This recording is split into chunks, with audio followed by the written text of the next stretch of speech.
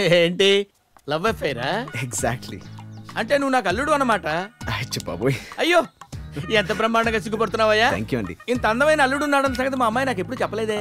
అంటే అమ్మాయి ఇంకా కమిట్ అవ్వలేదండి. కమిట్ అయిన తర్వాత మీకు చెప్తామని. ఓహో, అమ్మాయి కమిట్ అవ్వలేదు, నువ్వు కమిట్ అవ్వలేదు, మీ ఇద్దరు కమిట్ అవ్వడం కోసం నన్ను కమిట్ చేయించడం కోసం నువ్వు ఇక్కడ కమిట్మెంట్ కోసం వచ్చావు అనమాట. ఏంటి బొమ్మను చూపిస్తున్నావా? నాకు అసలు పిల్లలే లేరు. పిల్లలు లేరా? ఈ అమ్మాయి అలా చెప్పింది ఏంటి? హలో, లోపలుంది మా ఆవిడ. అమ్మాయి అంటే అమ్మాయి, నాకైతే ఇద్దరు పెళ్ళాలు 4 కూతుళ్ళు ఉన్నట్టు. ఎవరికి తెలుసు? నీలాంటి అంకుల్సే చాటుగా సెకండ్ సెటప్లు పెట్టేది.